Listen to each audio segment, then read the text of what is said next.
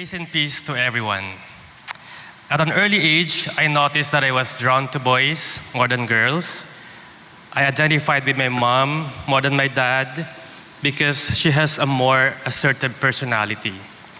Also, I never had a chance to bond closely with my dad and even with my two brothers, which made it difficult for me to relate with my same-sex peers, especially when I was a teenager. It made it easier for me to connect with people of the opposite sex. I was raised in a Christian family, and growing up attending church with my parents and hearing talks about same-sex attraction made me aware that it wasn't God's design for me. It became a struggle when others began disliking me for who I was, for being unacceptable, for being morally wrong. Because of these incidents, I became ashamed of myself. I thought to myself, is it my fault? Did I choose to be this way? If I had the power to change my struggle, I would. These incidents led me to look for affirmation in gay relationships. Although this goes against everything I believe, it nevertheless helped me feel welcomed and protected from the rejection I had faced. While I continued to lead this way of life, I realized that having homosexual relationships could not satisfy the void I was experiencing on the inside. I became more and more empty as I immersed myself in this way of life. One night, I shared with my former boss, who is a Christian, about my homosexual relationships. She reminded me of the power of the cross and the sacrifice that was made to save me from my sin. She asked me if I could also make a sacrifice in order to follow and obey him. What she stated wasn't new, but it unexplainably pierced through my heart. I felt convicted and convinced that night, so I decided to end my relationship. When I started surrendering my life to him, the scars of my past began to heal. I've learned to accept things as they are, gain more peace of mind, overcome resentment toward others, and stop feeling like a victim. Prayers, accountability, D-group, church fellowship, and a genuine relationship with Jesus Christ were all helpful tools in my transformation. In 2016, my career began to take off. And as a result, I began to earn more than I needed. And because of this, I became independent, self-reliant, and self-sufficient. And just when I thought I had it all, I suddenly lost my job to the point of bankruptcy. It was an extremely painful moment because it happened during the time when I was juggling various loans. I remember praying to God earnestly, asking why it is happening. He answered me during the mid-year prayer and fasting. The message that evening was about brokenness. The speaker stated that God will allow us to be broken so that we can totally rely on him. God's power and grace won me over that night, and I am certain that my life will never be the same again. Today, God has given my life a fresh start. I must admit, it wasn't an easy journey. I still experience daily temptation. My attraction to men hasn't left me, but I love God more than my sexuality. Although these feelings come, I must remind myself that it's just my flesh and not my identity. My identity is in Christ, and it will remain so for all of eternity.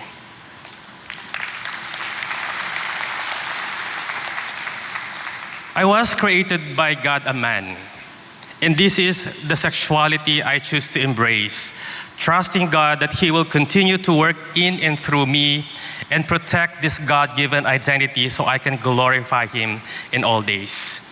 Because I have understood and embraced who I am in Christ, God helped me to develop an eternal perspective. I have been burdened to guide other men who are experiencing gender concerns and relational brokenness through Living Free Ministry as its ministry head. By the way, Living Free Ministry is a ministry that caters to men and women struggling with gender concerns. Through this ministry, I have seen God transforms people involved in homosexuality. Some of them are now my co-servant leaders in the ministry. Alongside that, I also work as a full-time staff of CCF for the host team and Welcome Center ministry. I am Rick Mandagan, once living for myself, but now living for the Lord and His purposes for me. To God be all the glory. Amen. Amen. Praise God.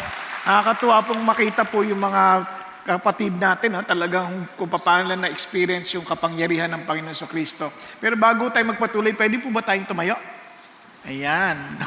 Sabi ni isang muntik na siya natuluyang matulog eh. Pero anyway, hindi naman kita kinukutya, pero let's really pray and ask God to move in our midst this afternoon. Panginoon Diyos, maraming salamat po sa buhay ni Rick. Thank you, Lord God Almighty, for even using him now para, Panginoon, matulungan din po yung mga kapatid namin, kaibigan, na mayroon din po mga struggle katulad ng kanyang pinagdaanan at kasalukuyang pinagdadaanan din. Dalangin ko, Panginoon Diyos, panatiliin niyo siyang tapat sa inyo, palakasin niyo po siya tulad ng inyong pangako na hindi mo siya iiwan. At salamat din, Panginoon Diyos, na papahintulot mo siyang, Panginoon, talagang magningning hanggang sa dulo, aming Ama. Nang sa ganon, marami po ang makasunod, marami po ang makita ang kapangyarihan ninyo, marami po ang makakakilala sa inyo. Salamat din aming Panginoon Diyos na alam namin marami rin kami iba't ibang klaseng hamon sa buhay. And allow us, Father God, to finish strong by your grace and by your mercy. Kaya naman hinihingi namin, O Diyos, sa aming kalagitnaan ngayon, allow your name to be glorified as we study your word. At I pray, Father God, for your Holy Spirit to move freely, Father God, in our midst. I pray, Lord Jesus, that your servant will not also hinder your work, O God, but allow, Father God, exactly what you want to accomplish. And I pray to bless every family we represent. Thank you, God. In Jesus' name we pray. Amen, amen, and amen. Praise God. Sige, pwede na tayong maupo. At batiin niyo yung katabi niyo. Magandang hapon sa iyo. Ayan. Batiin niyo. Ayan, very good. Now, good afternoon, saints. Napakabuti ng Diyos. Now, as we continue ating pong series on Make Your Life Count, ulitin ko lang ho, wala hong tao siguro dito. No? Sino sa inyo, gusto niyong buhay niyo walang kwenta? Meron? Obviously, walang nagtataas ang kamay. Kaya nasabi na natin, we want our lives to be counted. Kaya make your life count. Marami sa atin, ayaw natin ng buhay na walang kwenta, pero nabubuhay tayo ng walang kabuluhan. So pareho lang yun. Di ba? Kaya ingatan natin ang ating mga sarili. Nakwentuhan ko lang kayo, since last week, pinag-uusapan po about resurrection. Naalala ko itong kwento na ito. Ito po ay kwento po ni Paul Harvey. Si Paul Harvey po ay isang kilala na radio broadcaster, commentator noon po at namatay na po siya. At sila po ay kilala sa tinatawag na the rest of the story. Meron po siyang kwentong totoong storya about Philip. Si Philip po nag-join po ng kanyang Sunday school na para po sa mga 8 years old. So parang kumbaga mas matanda na siya kasi 9 na siya eh. So pagpasok niya doon, syempre, hindi ho madadali mga bata. Minsan yung bata walang pigil yan eh. Minsan iinsultuhin ka niya nang hindi mo, di ba, yung mga bata, katulad nung minsan, merong batang tumingin lang sa walang tenga. Walang tenga. Eh, isipin mo, walang paksintabi yan, na parang pagtingin, ay, walang tenga, ganun, diretso yan eh. Napansin niyo ba yung mga bata, di ba? Pagka ay kalbo, gano'n agad yan. Walang pasintabi yan eh. Lagi ako sinasabihan ng gano'n ng mga batang yan. No? Totoo lang, sa totoo lang, wala silang pigil. Kaya wag na wag natin silang parang sa kanila, innocence lang yun eh. Parang wala naman talaga, hindi naman talaga nila gustong ma-insulto, kaya lang, gano'n sila katapang. So ito bata, dahil may special needs si Philip, ang tawag sa kanya ay Down syndrome. So, alam nyo na, iba yung kanyang hugis ng katawan, kanyang muka. So, talagang yung mga bata parang ayaw siyang pansinin, ayaw siyang tanggapin dun sa Sunday school. Until one day, nung nagkaroon sila ng celebration ng Easter, ang ginawa po ng teacher, binigyan sila ng tig-iisang plastic eggshell. Ayun. Kasabi niya, lamnan nyo yan. Lagyan nyo yan ng laman na magpapaalala ng bagong buhay. So yung iba, nakakuha ng tinatawag na bulaklak, may kumuha ng bulaklak, may kumuha ng butterfly. Kasi nung binubuksan isa-isa, kahit pagbukas pa lang, uy, bulaklak! Ganyan mga bata, di ba? Ang iingay niya eh. But talo kayo doon kasi kayo, iba eh. Ganun yung tunog eh. sorry, umabot dito eh. Anyway, ang lakas to, para kay may mic. Anyway, balik na tayo. So, ito, tapos na image of butterfly. Wow, ang ganda. Pero isa nakakatawa. Pagbukas ng bato. Bato. Sabi, anong new life dyan? Bato yan. Sabi ng bata, kasi alam ko naman kukunin nyo na bulaklak, butterfly, marami pang iba. Kaya ako bato na lang para maiba. Sabi, tatawanan. Ano ka ba? Hindi marunong. Sabi ganun. Eto na. Sabi nung mamaya, pagbukas nung pinakahuli, walang laman. Sabi niya, labo mo! Mali yan! Ano ba yan? Walang laman! Ang daya mo! Hindi ka nagkumuha. Tapos yung bata, ginatak yung damit ng teacher. Sabi niya, Ma'am, ako po yun. Pagtingin niya si Philip, sabi niya, bakit walang laman? Kasi po, alam ko, niligtas ako ni Jesus kasi yung tomb empty. Diba? Parang nagulat silang lahat. Sabi niya, wow naman. Pati sila natahimik talaga. Wow naman. Kaya nga napansin ko po, ito po, dahil hindi naman mahaba ang buhay na marami sa kanila, nung namatay po, yung magkakaklase po pumunta ho, alam niyo kung anong dala? Hindi bulaklak. Mga empty eggshells. Just to remind themselves of the reality of death and the reality of eternal life because of the resurrection. Ang sarap, di bang paalala yun? Kaya nga ho, itong napaka-importante. Now, your action, remember, is determined by what you believe. Kasi your belief will affect your thinking. Are you following? Then your thinking will affect your emotion and your action. Kasi sabi niya, evil communication, teachings, and beliefs will corrupt your being. Kaya importante, ano ba yung pinaniniwalaan natin? Kaya ang ganda ng message si Paul at ni Pastor Peter last week by reminding us that we have to know, we have to believe, and live the gospel. Now, ito po isang bagay na dapat natin papaalala sa sarili natin. Do you really know the gospel? Do you really understand the value of resurrection? Do you believe it? Di ba, maraming tao, hindi naintindihan, alam ko na yan, pero wala akong pananampalataya doon. Yung iba naman, nagsasabi na nananampalataya kami, pero hindi naman ipinamumuhay. Pero ang malaking katanungan sa marami, gusto ko namang ipamuhay, pero hindi ko alam paano. Napansin niyo po ba yun? Kaya na lang, tuwing linggo, pupunta ako dito, tanggap ako ng tanggap kay Jesus. Pero walang nangyayari kasi hindi ko alam kung paano. Kaya ho, yan ang ating pag-uusapan ngayon. Gusto ko pong unang paunawa sa inyo. Ito yung napaka-importanting bagay.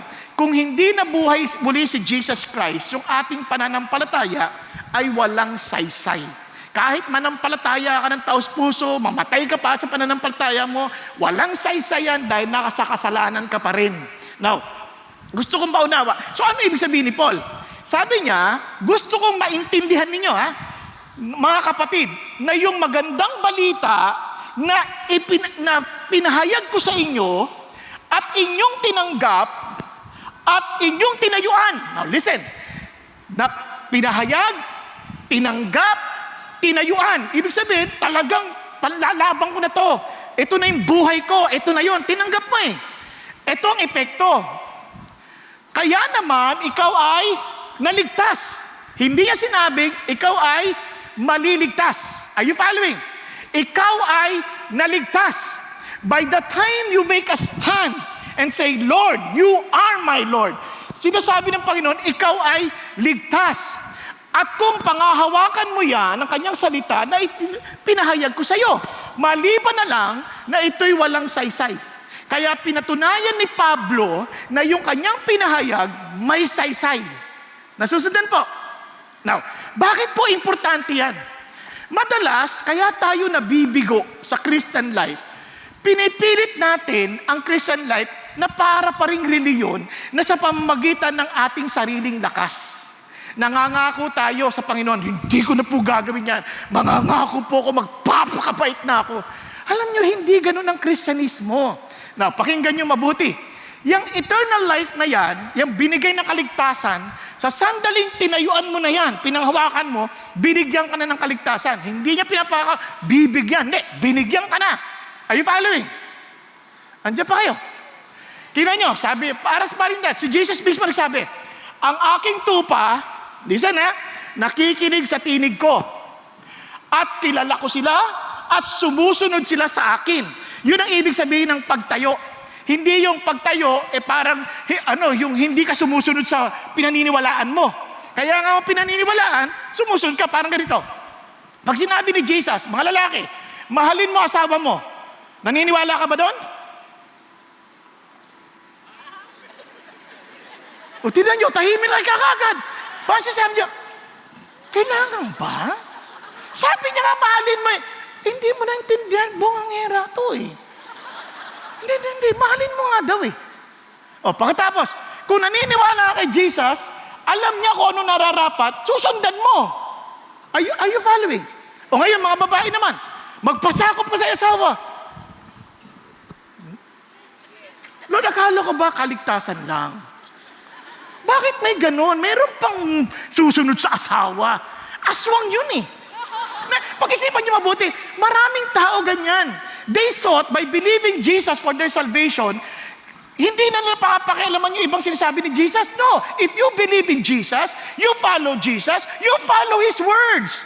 And that is exactly the point of the resurrection. Meaning to say, if Jesus Christ resurrected, the truth of the scripture is true. Tama? Totoo yan.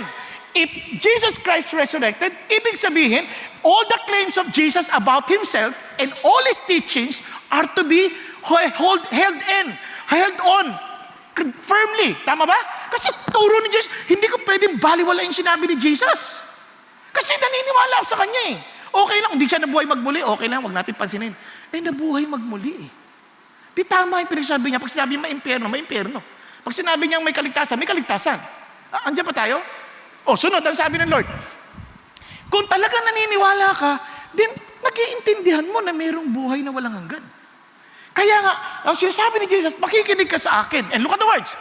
I give eternal life to them, and they will never perish, and no one will snatch them out of my hand.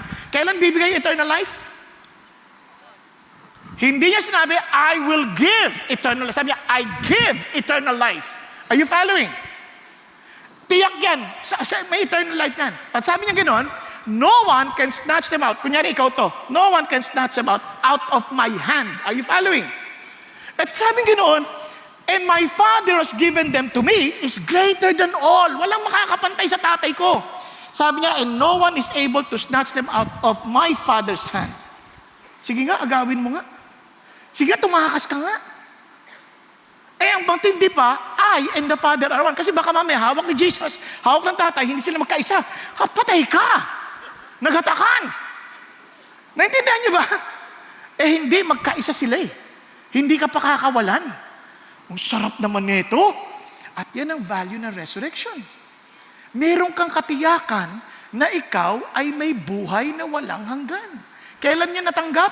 Nung panahong tinanggap mo si Jesus. Are you still following? Now, pero anong katibayan? They hear my voice, I know them, and they follow me. Kasi tandaan niyo, marami nagsasabi, kilala kita, Lord, Lord, Lord, Lord. I don't know you. Doers of iniquity. In other words, hindi ka naman sumusunod sa akin. Sasabihin mo, close tayo. Sabi mo, Lord mo ako. Hindi mo naman ako sinusunod. Hindi mo nga alam ang gusto ko Pag nagsasagta ako, tinutulugan mo nga ako Hindi ka nga seryoso sa bagay ng sinasabi ko sa iyo Yan ang sasabihin ng Lord. Nakuha ninyo? Kaya sabi niya, importante ito. Kaya, tingnan nyo paano naman tayo nakakatiyak? Kasi nga nabuhay siya magmuli. And look at this. Therefore, He is able also to save forever.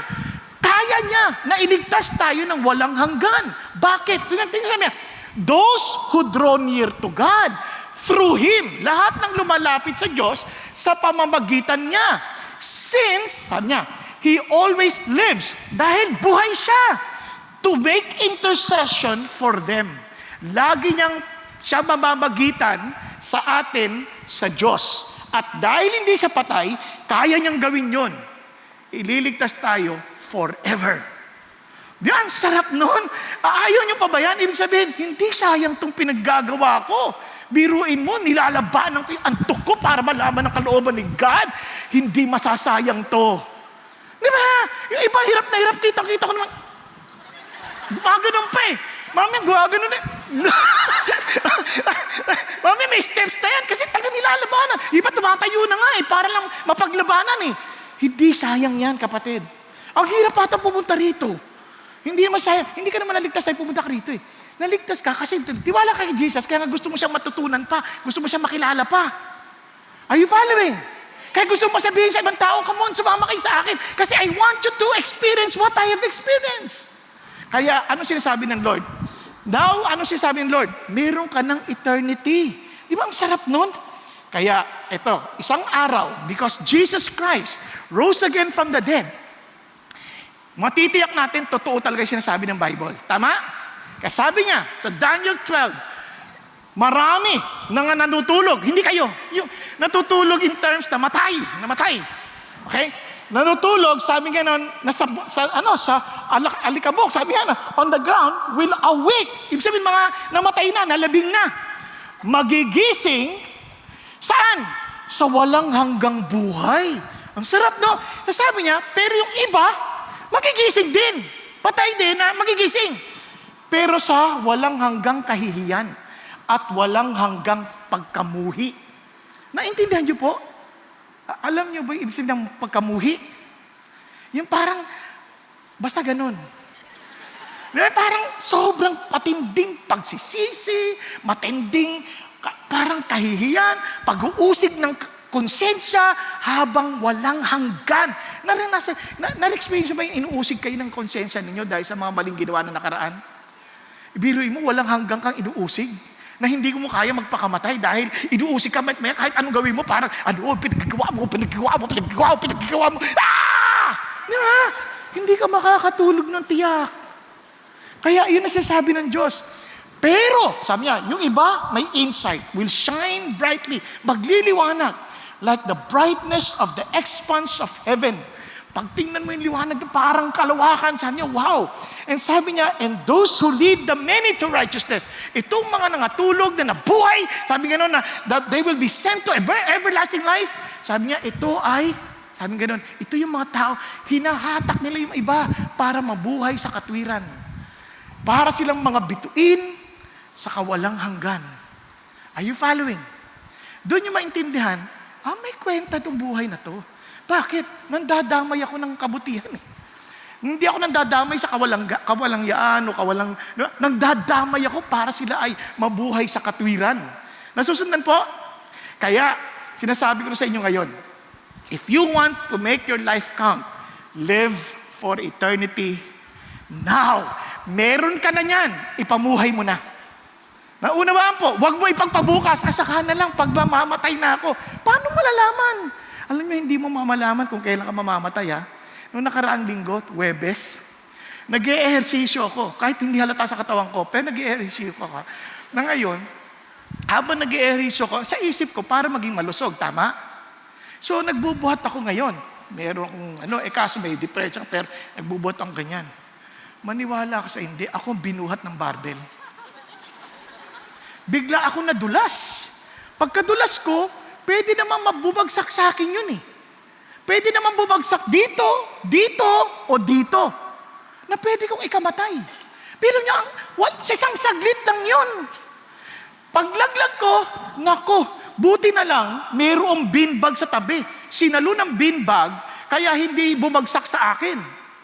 At yung sa likod ko, pasa ako dito, pero biglang pinalala sa akin ng Diyos, any moment pwedeng mamatay ang tao.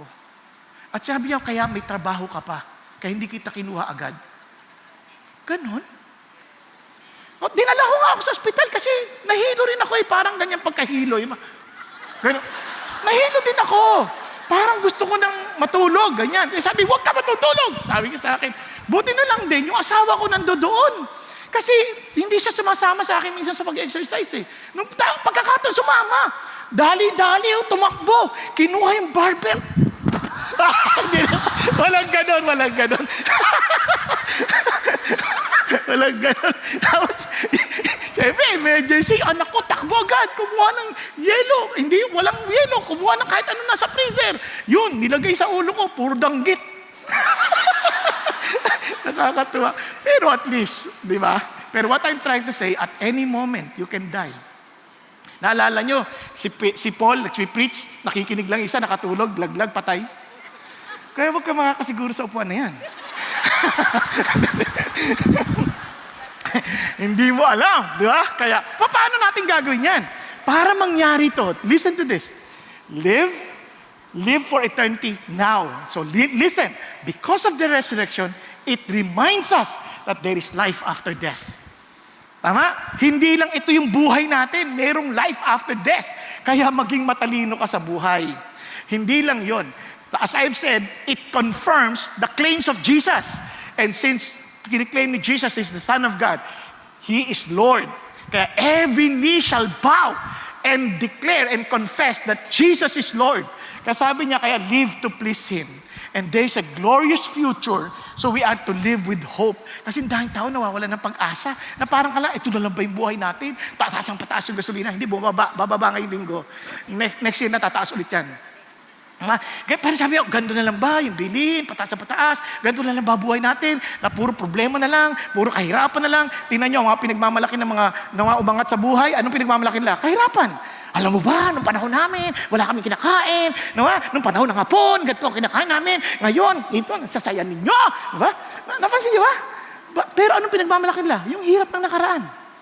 Hindi mo sila magmamalaki. Mula noon, wala akong kaparu-paru. Sarap-sarap ang buhay ko. Walang ganon. Naintindihan niyo po? Kaya sabi nga ni Lord, ito lang ba yung buhay? 70 to 80, tapos ang pagmamalaki lang namin, puro kahirapan. Kaya kung wala ko yung glorious future ng Diyos, walang saysay lahat na itong pinaggagawa natin. Pero praise God, hindi tayo dapat mawalan ng pag-asa. Okay ba yan? Yung iba po, sa totoo lang, yung iba, titingin pa lang sa salamin, nawawalan na ng pag-asa. Hindi, totoo lang. Ay, bakit naman ganito mukha ko? Di ba? Huwag kang mag-alala. Pagdating mo sa langit, yan pa rin yan. Joke lang. Yun lang. Kaya tingnan natin, no? Sabi niya, life after death, live wisely. Now, tingnan natin mabuti. If we have hope in Christ in this life only, sabi niya, we are all men most to be pitied. Can you imagine? Kung walang resurrection, at ito lang yung buhay natin, wala tayong pag-asa. Sabi niya, kawawa naman tayo. Walang kwenta tong buhay na to. Kasi nga, kung ito lang yung buhay natin, ano pa to? Ano saysay natin dito? The survival of the fittest na lamang. Di ba? Bahala na kung sino malakas. Siya panalo. Kaya buti na lang, hindi ganun ang buhay. Sabi niya, bakit? Tingnan niyo, dinugtong niya. But now, pero ngayon, sabi niya, Christ has been raised from the dead. The first fruits of those who are asleep. Sabi niya, isipin niyo ako yung pain kung ito na yung buhay natin, wala tayong tigil. Lagi na lang pag mawawalan tayo ng anak, mawawalan tayo ng mahal sa buhay, sobrang dalamhati. Hindi niyo napansin? Iiyak talaga. Makita niyo yung mga walang pag-asa na talagang hindi na sila magkikita ulit. Ba't pa kami iniwan? Tapos mahihimatay pa, di ba? Yung iba talaga iyak ng iyak. Bakit pa kami iniwan? At utang.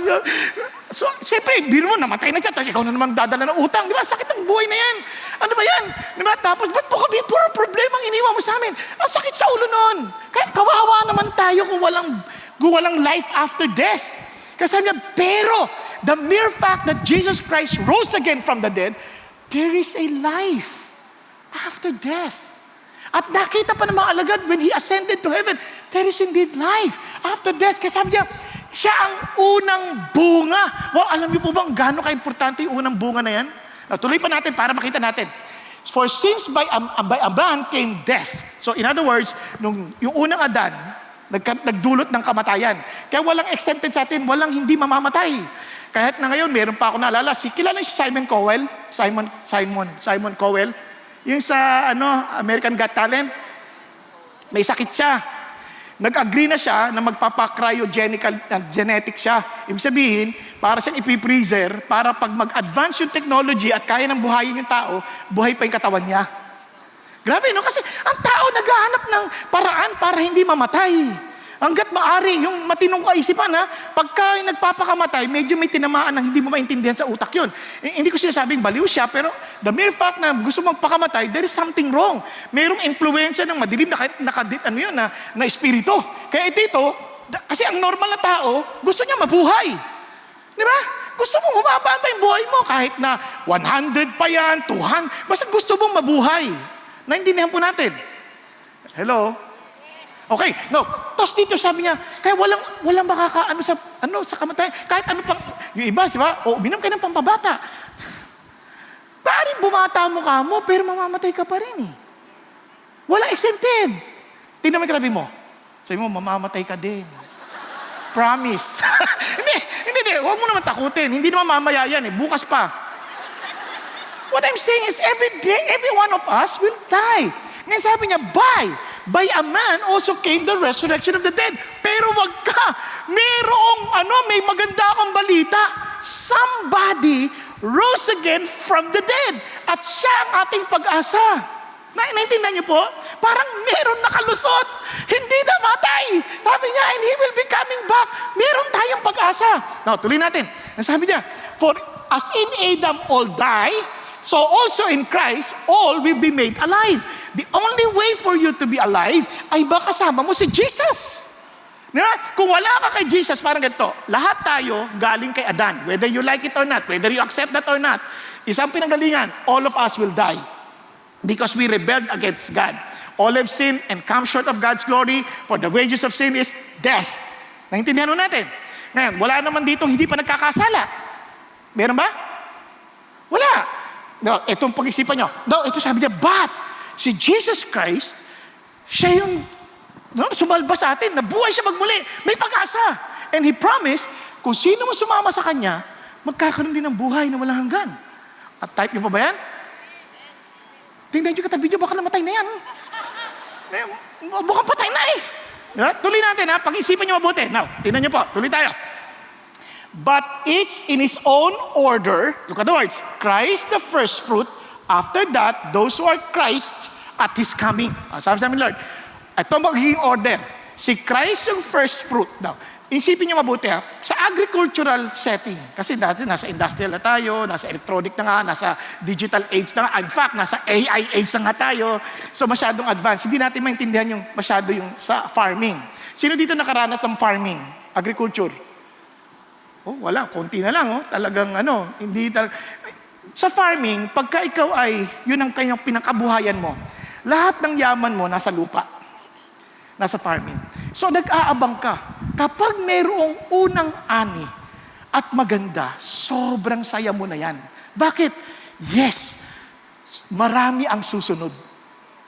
Pero kung sa simula pa lang, ang pangit ng unang ani, nawalan ka na ng pag-asa. Lalo na kung binagyo na sa unang ani pa lang, naku po, wala na. Yung, kunyari, nagtatanim ka ng mais, tapos biglang inulan yung mais, naku, bulok na bigla yun. Naku, ano yung sabihin? Wala na tong pag-asa. Pero kung kitang-kita mo, ang ganda ng ani. Sa una pa lang, wow! Sabi niya, magandang inaasahan natin. So, masayang-masayang mga tao ito. Ganun na sinasabi, Jesus being the first fruit, meaning siya yung unang halimbawa ng glorious ng resurrection ni Jesus, and because of Him, ini-impart niya yan sa iyo, and He is alive, and you are alive because of Him. Kaya mayroong harvest, kaya when He comes back again, yung buhay na yan, yung nabuhay na magmuli na yan, sasama niya. Ngayon pa lang, alam niya na yon. Alam niyo ba yan? Alam niya na yon. Paano ko nalaman? Ganito magiging effect sa iyo. Tingnan niyo sa Romans chapter 6, therefore we have been buried with Him. Kung tayo po ay tumayo with Jesus, we are buried with Him through baptism into death. Sa madalit salita, sa gisag ng bautismo. Kung nangyari sa iyo yan, at binautismo ka, pinasagisag na ikaw ay namatay at nilibing. And sabi ganon, so that as Christ was raised from the dead, through the glory of the Father, so we too might walk in the newness of life. Meron ka ng bagong buhay. Kaya when you receive the eternal life, meron ka ng bagong buhay.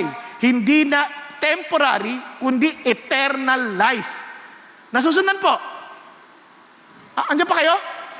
Kaya sabi nga, sa niya, for if we have become united with Him, nakiisa tayo sa Kanya, in the likeness of His death, certainly, we shall also be in the likeness of His resurrection. Tiyak yan. Kung nakiisa ka sa Kanya, sabi niya, ikaw din ay mabubuhay na magmuli. So ano ibig sabihin yan? Nandiyan na sa iyo yan, ha? Andiyan na yung buhay. Knowing this, that our old self was crucified with Him, yung dati nating buhay, na-crucify na yan, in order that our body of sin might be done away. Yung katawan ng makasalanan, wala na yan. Sabi niya, so that we would no longer be slaves to sin, for he who has died is freed from sin. Hindi niyo ba napansin? Nung wala pa yung buhay na yan sa atin, yung kasalanan para wala tayong choice. Sunod lang tayo na sunod. Pag sinabi, halika, yakapin mo ko, ikaw naman, susunod-sunod ka lang. Kasi wala ka magawa. Pero nung nakilala mo si Jesus, nakipag-isa ka kay Jesus, pag sabi ng tukso, hello, agad-agad, no, in the name of Jesus. Diba? Meron ka kagad pagtanggi. Bakit? Kasi hindi mo na ako alipin. Kay Jesus na ako. Nandiyan ba kayo? Hindi mo na ako alipin. Matag tayo, kinriticize tayo ng ibang tao. Madalas, ano sabi? Ano sabi? Sino sabi niyan? Sina? Pagkatapos kong gawin sa kanya yan, ganyan pa igagati sa akin. Pero ngayon, hindi ka na alipin yan. Kasi patay ka na nga sa dati. Ba't mo pa ano ngayon, criticize mo ako? Patay na yung kinikriticize mo. May bagong buhay na ako. Naki-Jesus na ako. Diba? Pag sinabi, pag tinutukso ka, kalbo, ay wala na yun. Patay na yung kalbong yun. Kay Jesus na ako. Kasi pagdating ng araw, papalitan naman ng Lord yung katawan ko. Mami, papaliwanag ko sa inyo. At magkakabuhok na rin ako. Pagdating sa langit. Ano ko yung ibig sabihin? Kaya wag na, kahit ano sabihin mo. Ang takaw mo raw. Okay lang. Pagdating sa langit, nako, iba na ako. Diba? Kasi sabi ng Diyos meron na akong bagong buhay. Hindi na ako alipin yan. Kunyari, kung ikaw estudyante, biglang sasabihin sa mga bata, pakopya. Ay, hindi na ako alipin yan. Hindi na. Maari natutokso ka pa rin, pero wala na. Hindi na ako alipin yan. Hindi mo na kailangan sumunod dyan. Hindi ka na alipin yan. Nasusundan po? Bakit ka yung pagbukas mo ng computer, biglang, ganun yung, parang mayroong pornographic na sin. Ay, hindi na. Hindi na ako alipin yan. Yung iba nahirap. Nilalabanan Hindi.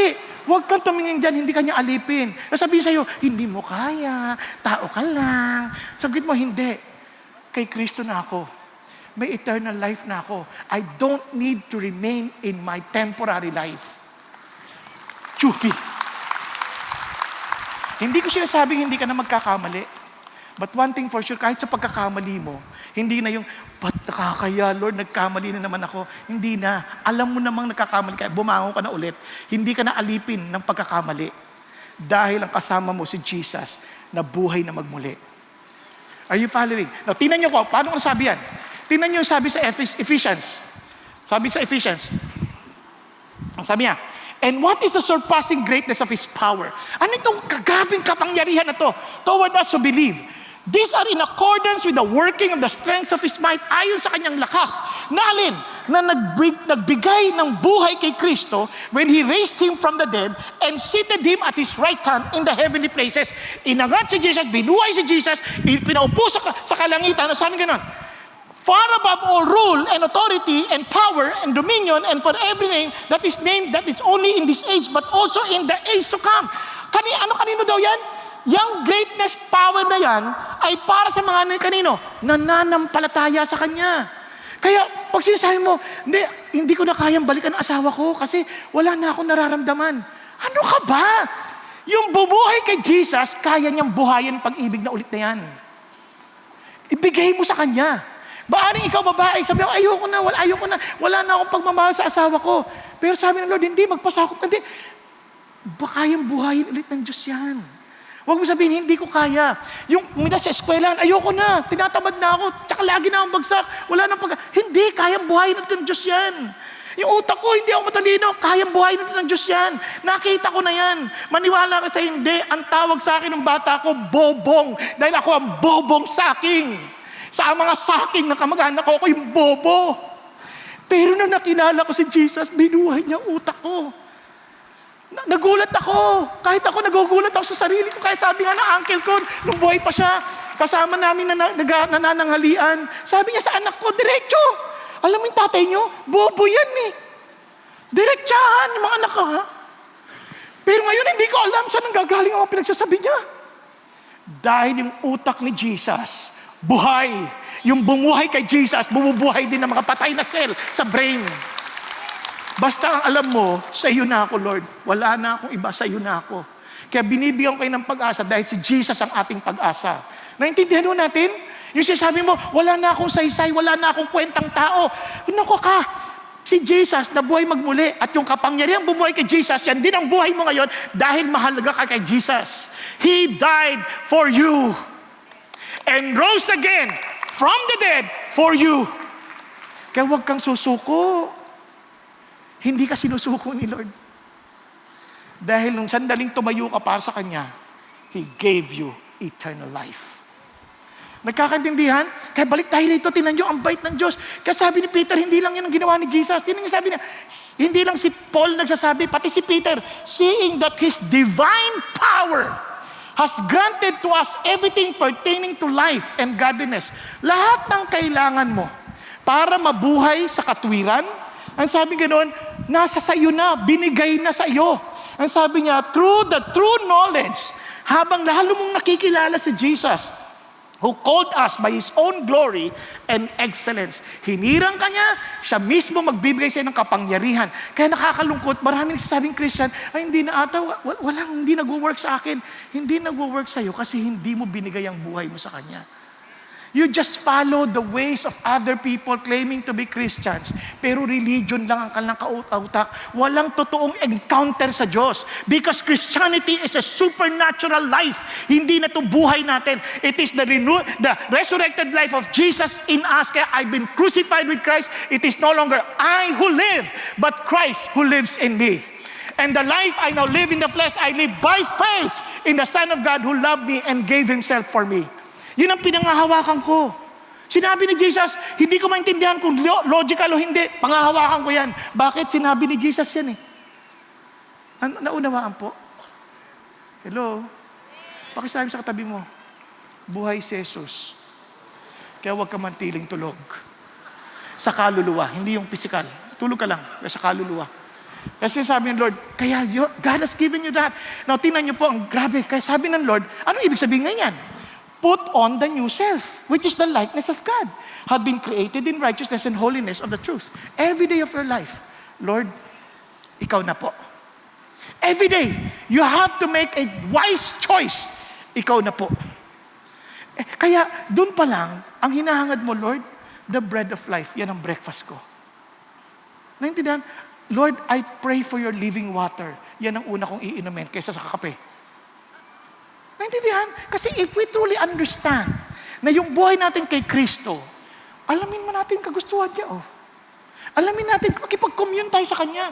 Kaya maraming tao, hindi naman kasi siniseryoso ka ng relationship. Baka naman kasi wala.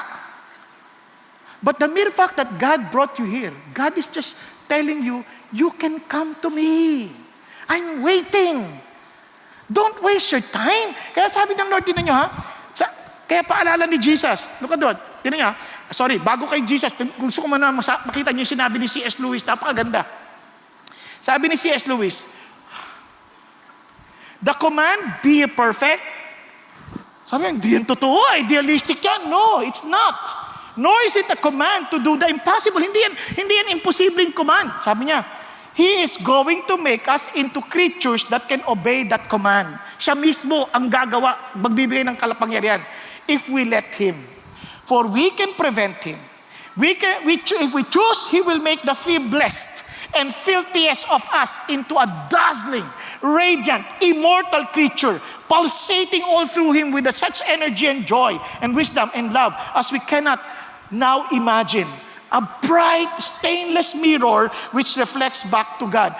perfectly, through of course, on a smaller scale, His own boundless power and delight and goodness. The process will be long and in parts very painful, but that is what we are. We are in for nothing less. He meant what He said. Ano sinasabi ni C.S. Lewis? I-allow mo si God, tutulungan ka niya. Alam nyo, ako as a tao, di ako mahilig humingi ng tawad. Ba't ako hingi ng tawad? It's a sign of weakness. Pero because of God, siya na nagsasabi, magpakumbaba ka palagi. Kasi, hindi na tungkol to sa'yo. Sa akin na to. Pagka nakipag-gitgitan sa akin ng driver, nakikipag-gitgitan ako. Kasi, marunong din ako mag-drive. Kanya lang sasabihin ng Diyos, wag na. Hindi na tungkol to sa'yo. Ano ngayon kung mas magaling siya mag-drive? Sa langit ka naman pupunta. Siya kawawa naman. Saan siya pupunta? Kaya siya nagmamadali. Baka mayroon siyang nararamdamang masama. Baka kailangan niyang mag-restroom. Hindi mo alam anong sitwasyon niya. But ikaw, ang alam mo, kasama mo ko, kaya huwag ka nang pumatol dyan. Naintindihan po? Maraming ganyan. Hindi ko sinasabing, yung process mahirap ha. Kasi mayat-maya, laging nangyayari eh. Lagi nangyayari.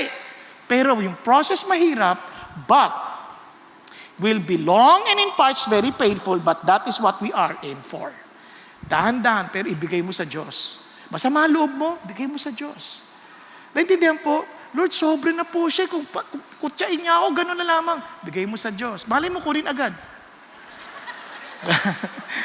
kaya ito napaka-importanting paalala sa atin ng Panginoon. Kaya ito, paano ko malalaman na talagang kami ni Lord? Sabi ni Archbishop William Temple, ang ganda-ganda, sabi niya, malalaman mo kung sino ang Diyos mo. Kung titingnan mo lang kung anong ginagawa mo pag ikaw na nag-iisa. Anong iniisip mo pa nag-iisa ka? Career? Yan ang Diyos mo. Ano iniisip mo? Lumikom na, limpak-limpak na salapi. Yan ang Diyos mo. Anong iniisip mo? Babae? Lalaki? Yan ang Diyos mo. But the moment you are alone with God, ang iniisip mo, Lord, what do you want me to do? What is my life for? Diba, hindi ko sinasabing huwag kang kumita. Ang sinabi, pati pagkita mo, inisip mo, Lord, ano yung relasyon nito, gusto ko itong makimita para po itong gagawin, ito yung pinagagawa niyo sa akin. Are you following? Gusto ko po mag-aral mabuti para makita nila yung katotohanan mo sa akin. So when you are alone, you know kung sinong Diyos mo. Kaya amazing si Paul, by the grace of God, I am what I am. This sabi, by the grace of God, I do what I do. No, I am what I am. There was a change of personality, a change of person. I am what I am by the grace of God. Kaya sabi niya, kaya naman porsigido siya maglingkod sa Diyos. By the grace of God, I labored even more than all of them, yet not I, but by the grace of God. Tingnan niyo kung gaano binago siya ng Diyos. Whether then it was I or they, we preach and so you believe. Kahit saan punta siya, kung saan siya padatingin ng Diyos, punta siya. Papahayag niya ang salita ng Panginoon. And alam niyo bang isang kalaban natin? Takot at takot tayo. Pag sabi ng Lord, share mo ng gospel yan. Lord, baka mapaya ako, Lord. Lord, wag na ako, siya na lang. Di ba? Agad, hindi. Wala na yan. Hindi, Lord, mahihain ako, introvert ako eh. Hindi na issue, introvert. Would you believe? Tanong niyo yung pamilya ko. Hindi ako mahilig makipag-usap sa tao. Pareho kami ng asawa ko. Ang asawa ko, ang gusto niya, hayop. Puro hayop na. Aso, ibon yan. Type niya, isda. Mahilig siya sa hayop. Kaya ako na pangasawa eh. Hayop sa gandang lalaki. Grabe naman yan. Nakalusot pa yon. Sabi niya, sa totoo lang, ako wala akong karapatan. Sabi ni Paul, I persecuted the church. But, look at this. Pero ba't ako nasa danger every hour? Bakit? Because of the resurrection. And sabi niya, I affirm, brethren, by the boasting in you which I have in Christ Jesus, our Lord, I die daily. I want to live wisely. I choose daily to follow Jesus. I die to myself. Namamatay ako sa kagustuhan ko. Namamatay ako sa preferences ko. Namamatay ako sa sarili kong comfort. Namamatay ako sa sarili kong pangarap. I want just to live for Jesus. Are you following? Kaya marami, they claim to be Christian that they never understood the power of resurrection. Kaya ito po napaka-importante. Kaya sabi niya, if from human motives, I fought with wild beasts at Ephesus. Hindi ko alam kung ano ibig sabihin ni Paul kasi wala akong makita sa Acts. Pero uso yung sa kanila yung gladiator, naalala nyo? You wanna be saved, patayin mo yung hayop na yan. Bibigyan ka sa gladiator, papanonin ka, maaaring na-experience yan. O maaari, metaphorically, in-explain niya yung kanyang mga persecution na naranasan. What does it profit me? If the dead are not raised, let us eat, drink, and for tomorrow we die. Ibig sabihin, now that God is resurrected, why will I live, eat, and drink for tomorrow we die? Hindi na, because I know there is life after death. I am willing to die because I know this is not my life. Nakukuha nyo? Okay ba yun? Kaya kahit na insultuhin ako, kahit ano pang gawin nila, hindi ako matatakot. If there's something na makikita nyo, dahil namatay ka na sarili, wala kang takot. Wala kang takot. Hindi ko sinasabing hindi ka natatakot. May takot ka, but you will pursue because you are looking at God, looking at Jesus who rose again from the dead. Kaya sabi ng Bible, do not be misled. Bad company corrupts good moral.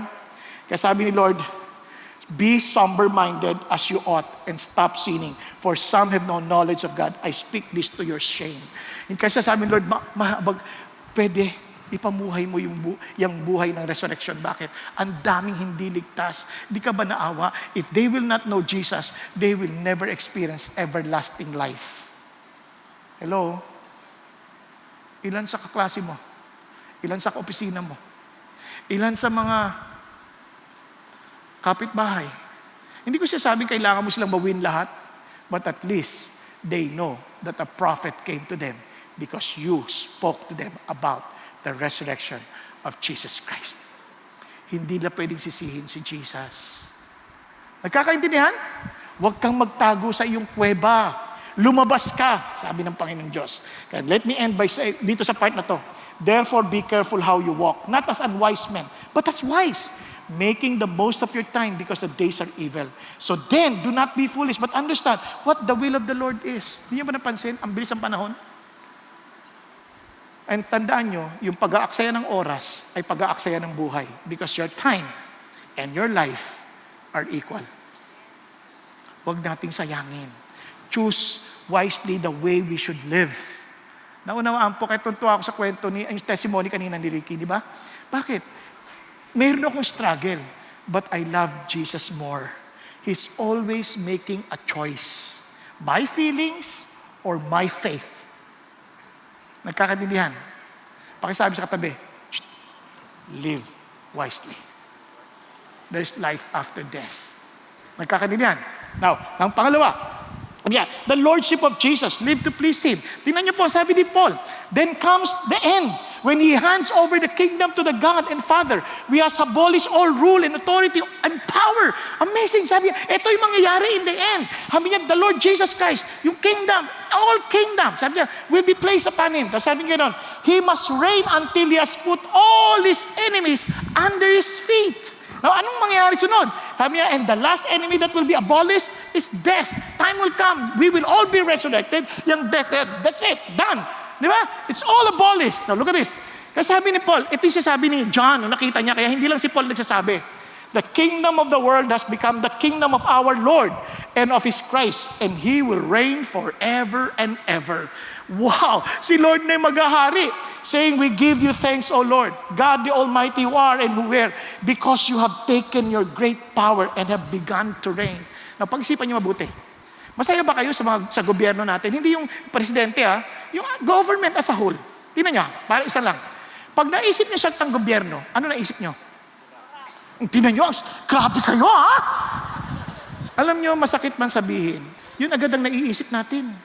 Mapa LGU, mapa barangay, minsan may kilos na parang, ito po ilalakarin ko yung papeles ko, biglang kukurap-kurap na ganyan. Anong kailangan mo? Di ba? Kasi kaya isip na kagad kurap. Panginoon, kailan magbabagong pamahalaan na to? Sabi ng Lord, relax ka lang. I will reign forever and ever at wala nang kukurap-kurap. Di ba? Nasasaktan ka ngayon, parang pinahihirapan ka. Di bali, pagdating doon, wala na yan. Di ba? Wala na yan. Yun ang sinasabi ng Panginoon Diyos. Kaya naman, ito lang isang bagay. Pag naghari na siya siya rin maghuhusga. Siya rin maghuhusga. Tiyakin mo lang that you are on His side. Tama ba? That we are all in His side. Kasi pag we are not on His side, yari tayo. Yari tayo kasi siya maghuhusga eh. Tingnan nyo may araw lahat yung mga yan. Sabi niya, di mo, therefore having overlooked the time of ignorance, God is now declaring to men that all people, everywhere, lahat ng tao, everywhere, should repent. Bakit? Because He has fixed a day in which He will judge the world in righteousness through a man whom He has appointed, having furnished proof to all men by raising Him from the dead. Dahil nabuhay ulit si Jesus, sabi niya, lahat ng tao huhusgahan niya kaya magsisi na kayo. Anong punto ng Lord? Kunyari tayo rin, na-feel natin parang naisahan ako na ito na-scam ako nagaganti ako, wag na. May araw din yan. There's a fixed date. Di ba? Instead of focusing yourself sa nangyari na, gawin mo na yung magagawa mo ngayon, pinagagawa sa'yo ni Jesus. At yung tao na nanloko sa'yo, ibigay mo na kay God yan. May araw din yan. Pero wag mo naman pag nakita mo siya, may araw ka din. Wag ganon. Kasi kawawa yun, hindi mo lang naintindihan. Dapat nga pinagpe-pray mo, kawawa naman siya, may araw siya. Kasi matindi yun Kunyari, niloko ka lang na 1 milyon. Ang pananagutan niya, walang hanggan. Alam niyo ba kung anong ganing katagal yung walang hanggan? Nung bata ako, naalala ko ito Kasi naikwento ko nito sa inyo Yung ibon na maya, ito na lang, para mabilis na lang. Yung buhangin sa anilaw, ililipat sa luneta. Yung ibon, ililipat niya bawat buhangin. Ililipat niya pa isa-isa. Sa sandaling mailipat niya na lahat, yung sa anilaw, at naidala niya na doon sa luneta, yun ang unang segundo ng eternity.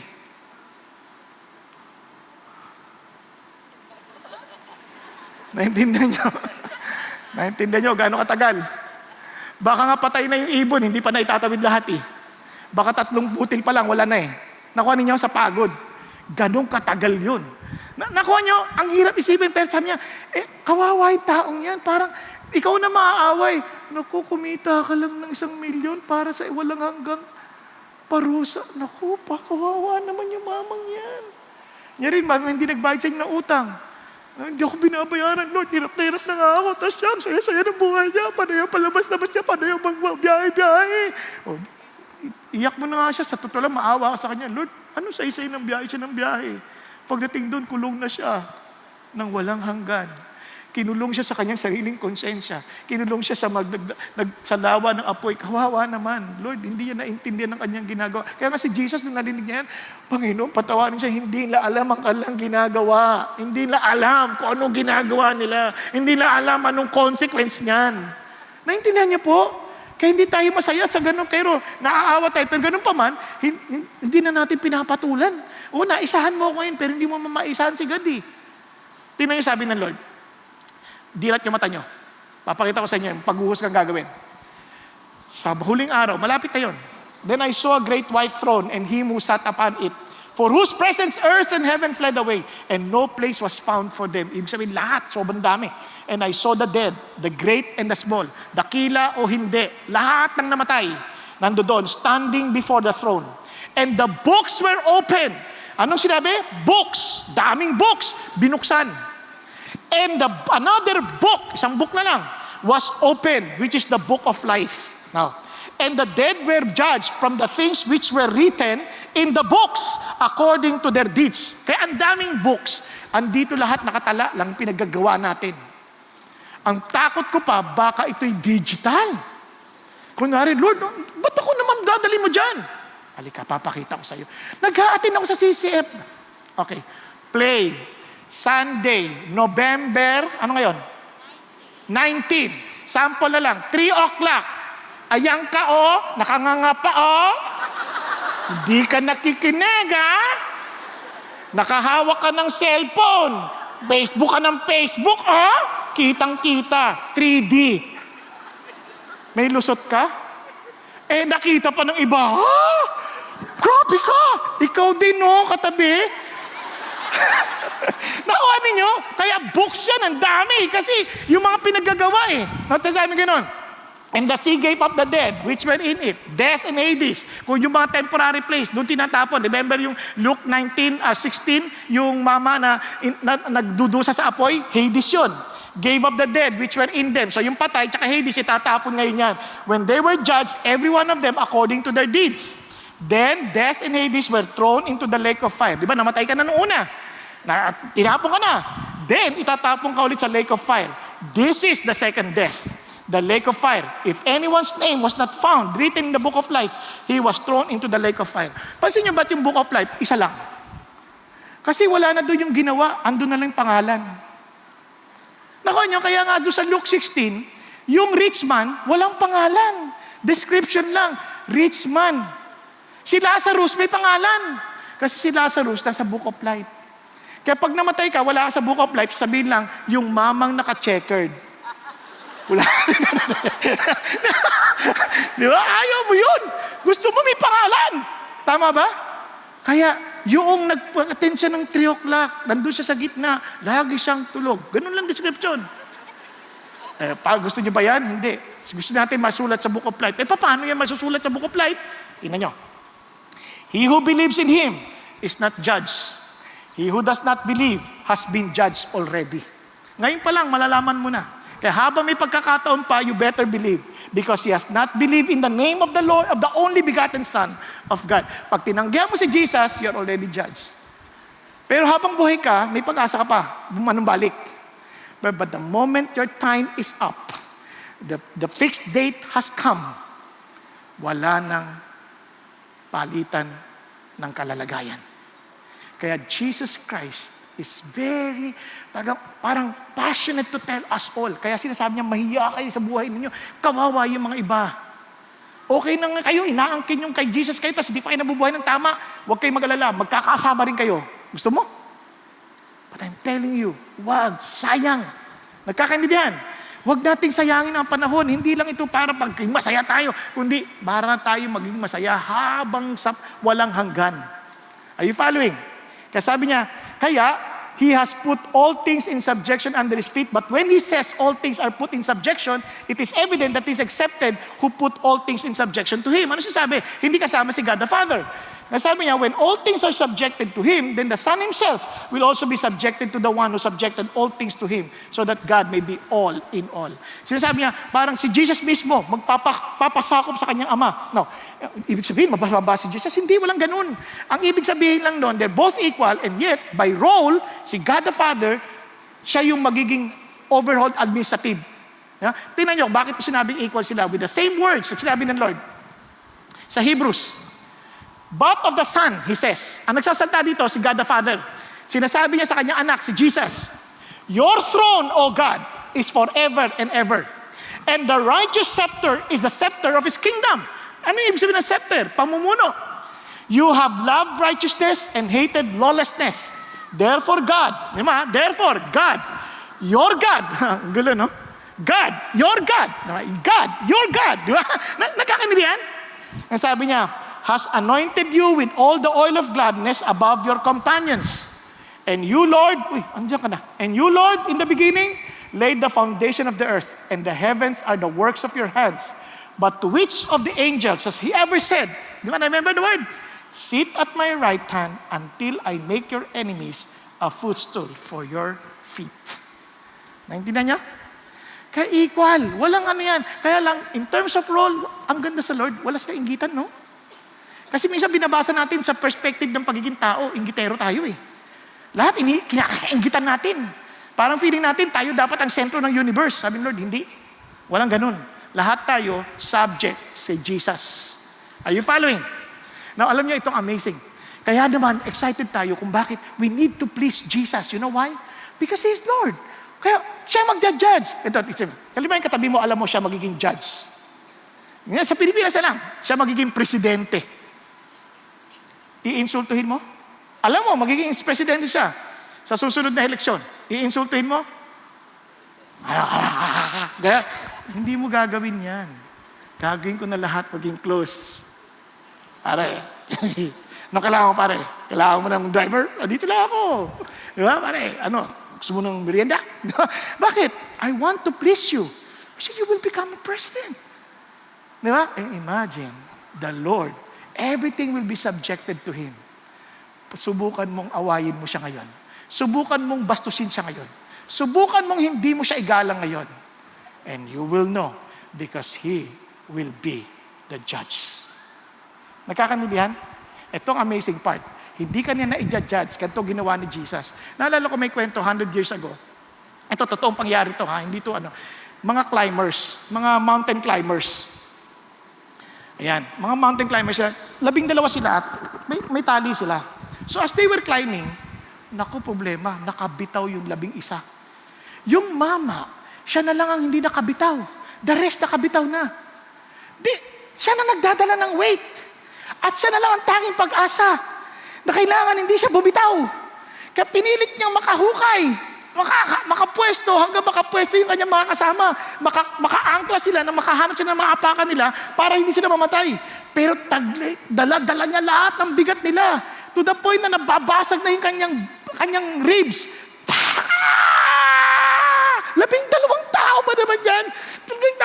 Napupunit ng kanyang balat, yung kanyang dibdib. Talagang sobrang tagal hanggang sa may nakaapak na isa. Hanggang sa nakaakyat silang lahat. Pero bali-bali na yung katawan niya.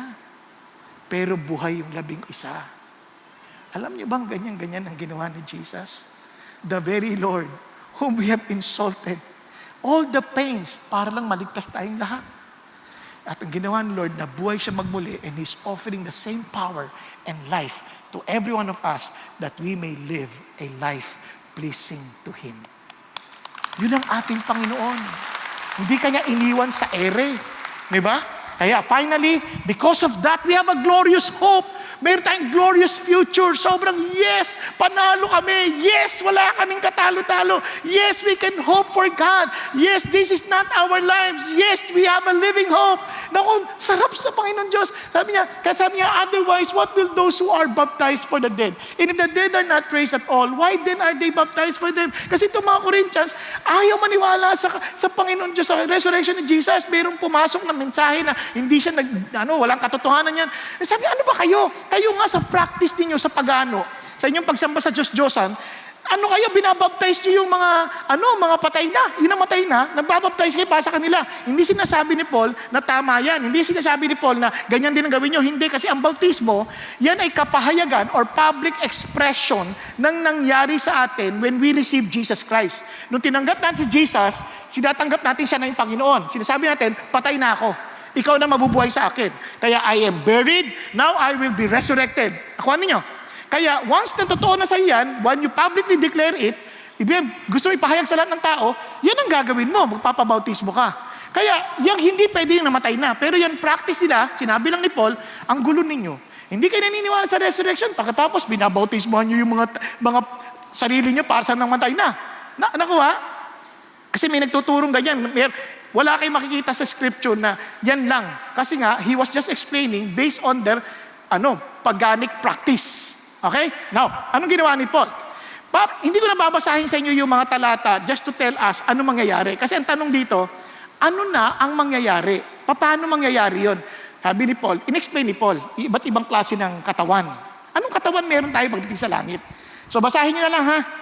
From 35 downwards to verse 48. Okay? Promise me ha, basahin nyo ha. Ngayon, ito na. Sinabi ni Paul, ganito yan, para maintindihan ninyo. Etong physical body natin, ito. Yan ang katawang kapareho nung kay Adan. Perishable. Hindi nyo ba napansin? Kahit anong inom natin ng pampabata, bumababa ang ating lahat. Bumababa ang mata, eye bag, lahat. Sabi na, nag-evolve daw tayo mula sa unggoy. Hindi totoo yun. Papunta tayo sa unggoy. Bakit? Sorry matalsik pa, kakahiya. Kasi bumababa lahat Lahat mababa. Hanggang sa ganyan na lakad natin. Naintindihan ninyo? Kaya baliktad yung mali yung sinasabi nila. Kaya yun ay panatiling theory. Kaya ito, bumabagsak lahat Pandinig. Alam mo, dati ang talas ng pandinig ko. Ngayon, yung sinasabi asawa ko, ano nga? Paulit-ulit, ano nga? Kaya pala minsan nag-aaway ng mag-asawa, no? Kasi hindi na nagkakarinigan Kumain ka na ba? Ha? Kumain ka na! Dapat mo sisigawan. Hindi pala nagkakarinig. Kawawa naman, di ba? Nabibigyan na. Bumababa na lahat Kasi yung matataas na to, nawawala na. Hindi na naririnig. So lahat pababa na. Kaya whether you like it or perishable lahat. Yung, di ba yung pisngi natin, pinababanat natin ganyan, tinatalian na nga natin ganyan. Pero babagsak pa rin eh. Pati yung tali mo bumababa. Yung buhok mo, tinataas mo na, bababa pa rin. Lahat bumababa. Pati nga yung muscle ko sa dibdib bumaba eh. Nag-wellness, bumaba lahat. Perishable. Pero sabi niya, tsaka talaga son in dishonor. Wala kang magagawa, talagang babalik sa kahiyan, sa kahinaan. Di ba? Dati, ang lakas-lakas mo maglakad, ang lakas mo umakyat. Ngayon, parang,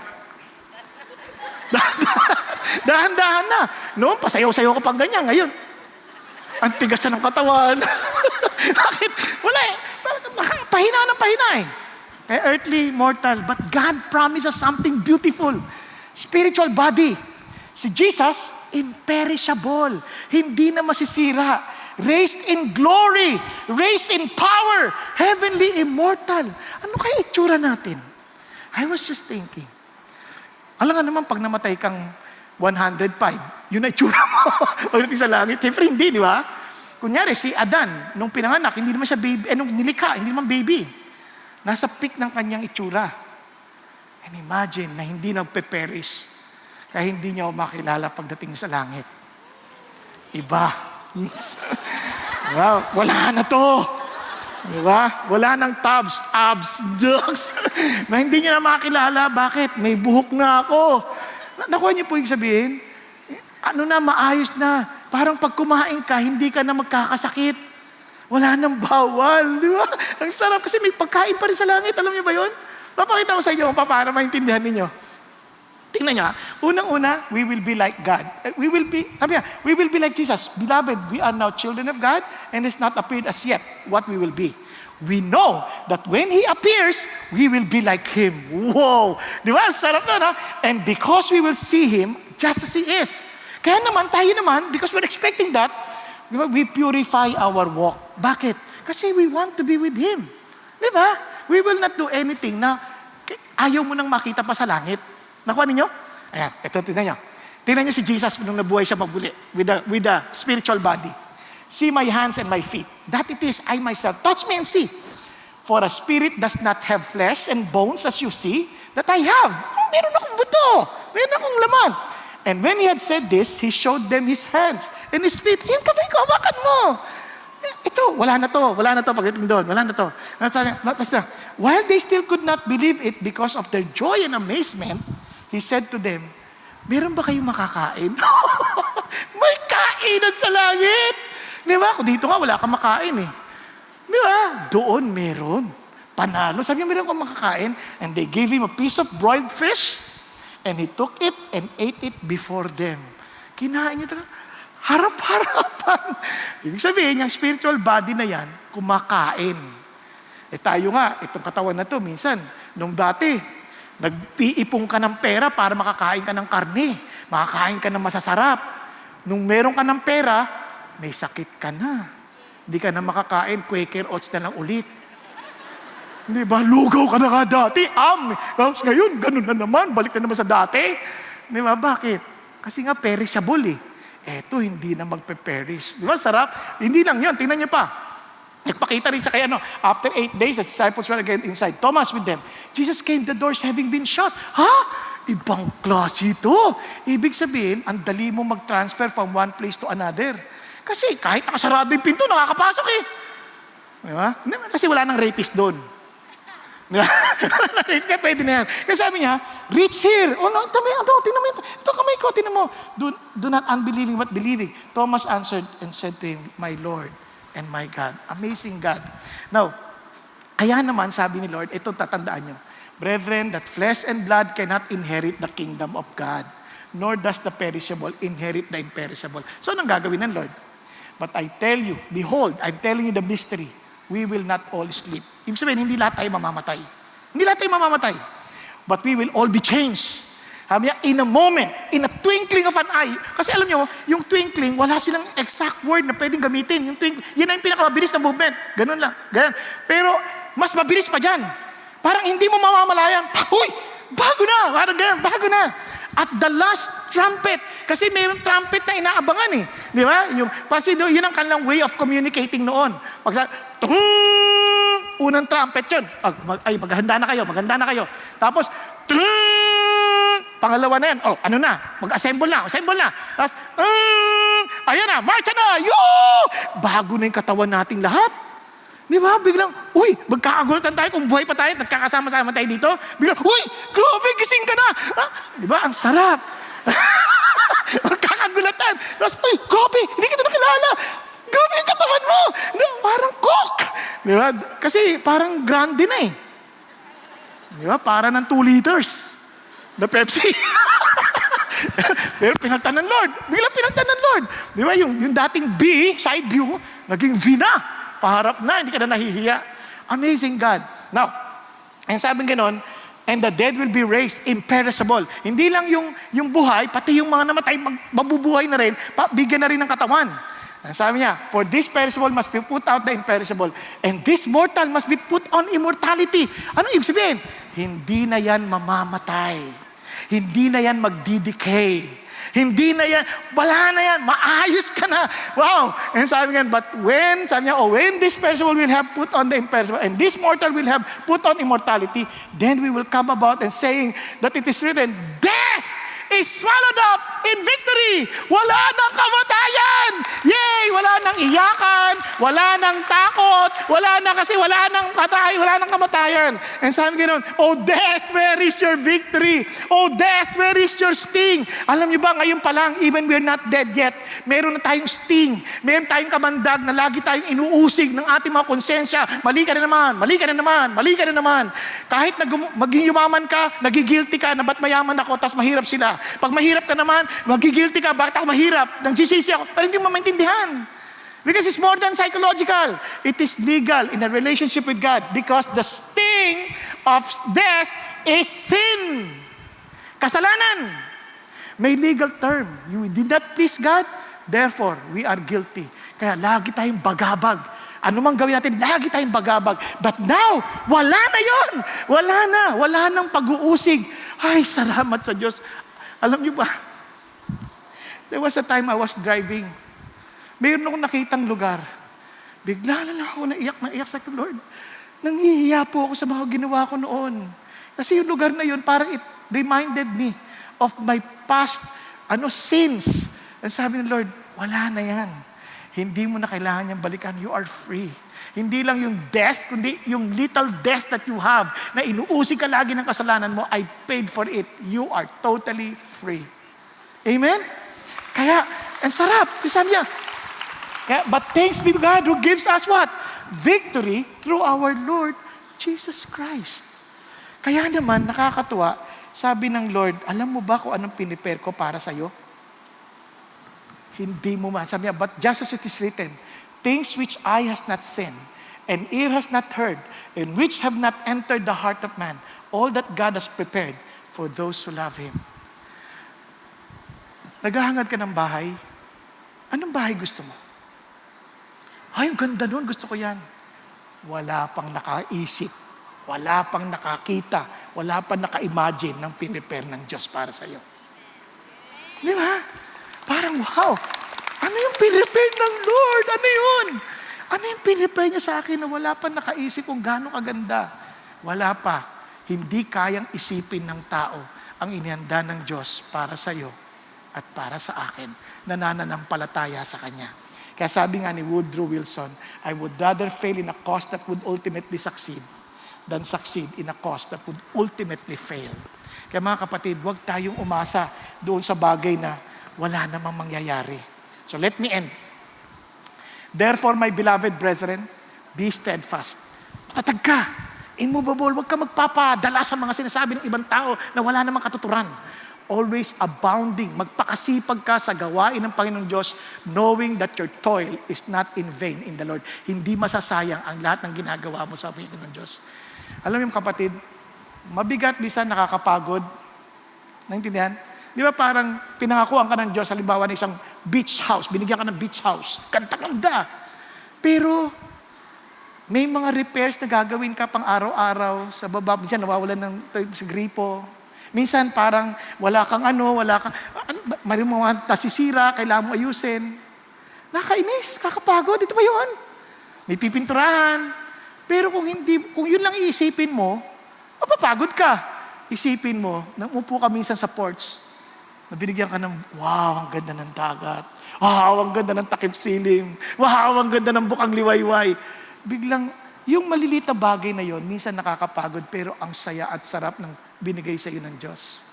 Naintindihan po? Ganito ho yan. Let me just illustrate and I will end. Halimbawa, sinabihan ka na ng Diyos, anak, yung team ninyo, championship na to, panalo kayo ng 1 point sa huli. Huh? Oo, panalo kayo, as I've said, 1 point. Nung third quarter, tambak kayo ng 30. Lalaro pa kayo? Susuko kayo? Hindi! Panalo kami sa huli dito, bahala na, laban to. Nung fourth quarter, lamang pa rin yung kalaban ng 20 points. Hindi, laban pa rin to. Nung to last 2 minutes, lamang pa sila ng 10. Susuko kayo? Minsan nakakawalang gana na, nung lamang pa rin siya, lagi ako talo. Hindi. Lamang pa rin. Nung last 5 seconds, kanila pa yung bola. Susuko ka? Hindi. Kasi alam mo, panalo ka. Hindi, sabi ng Lord, panalo ko eh. Kaya pag inbound, pak, naagaw mo, pak, tapos nagtakbo, last 2 seconds, pak! Mula sa gitna, dinunk mo yung bola.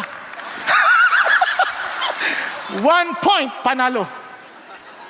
You'll never give up, my friend. Because God said, I have overcome the world. Kaya huwag kang susuko. Kung si Jesus ang Panginoon mo, wala kang dahilang tatamad-tamad. Kasi ayaw ng Lord ng tamad. Sabi ng Panginoon, kayo hindi mahalinit, hindi kayo malamig, hindi kayo nakakagaling, hindi kayo nakaka-refresh, nakakasuka kayo. Ano ibig sabihin ng Lord? Maligamgam kayo. Bakit? Wala kayong apoy. Wala kayong tunay na apoy para sa akin. Ayaw ng Diyos. Kaya behold, I stand at the door and knock. If anyone hears my voice and opens the door, I will come into him and I will be with him. He will eat with me. Those who have ears, let them hear what the Spirit is saying to the churches. Para sa atin po yun. At dalangin ko na walang sino man sa ating sasabihan ng Lord, nakakasuka ka. Dahil wala kang apoy. Hindi mo man lang in-appreciate yung resurrection power na binigay ko sa iyo. Kaya mga kapatid, I challenge you, live for eternity now. Not tomorrow, not next time, but now. Tayo pong lahat ay yumuko at pumikit sandali. Thank you, Jesus. Alam ng Diyos ang puso mo. Huwag kang tumingin sa katabi mo. It's between you and the Lord. Kapatid, 2 dahilan lang kung bakit hindi ka living for eternity. 1, hindi mo pa alam ang resurrection power ni Jesus. O kaya naman, narinig mo na to pero hindi mo pa sinuko ang buhay mo sa Kanya.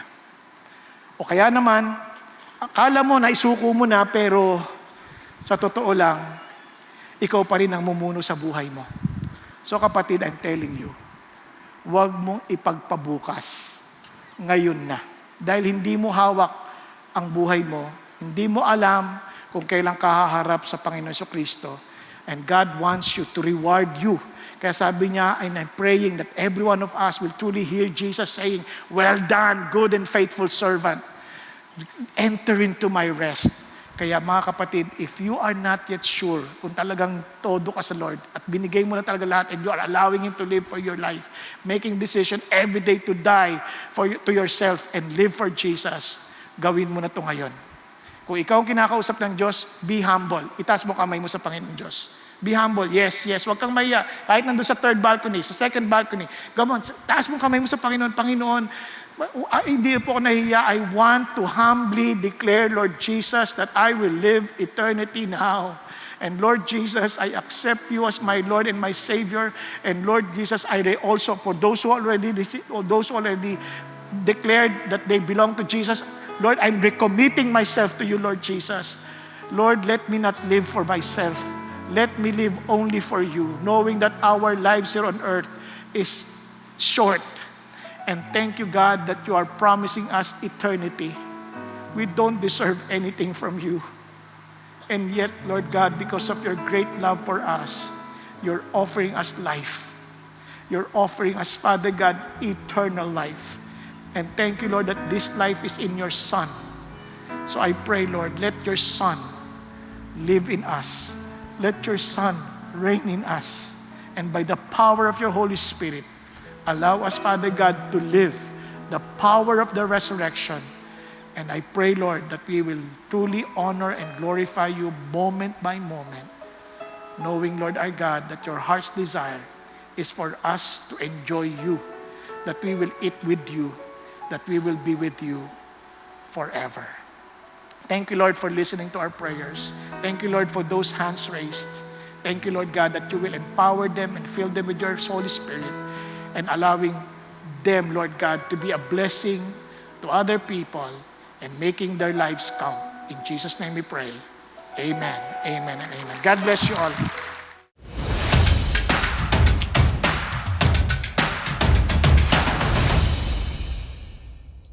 Magandang araw, CCF family. Welcome to Sunday Fast Track, where you ask real-life questions and we give you biblical truths. Ako po si Patrick Estacio from Big Singles Ministry at kasama po natin ang ating speaker na si Pastor Bong Saking para sagutin ang ating mga katanungan. Pastor Bong, magandang hapon o magandang gabi sa ilan.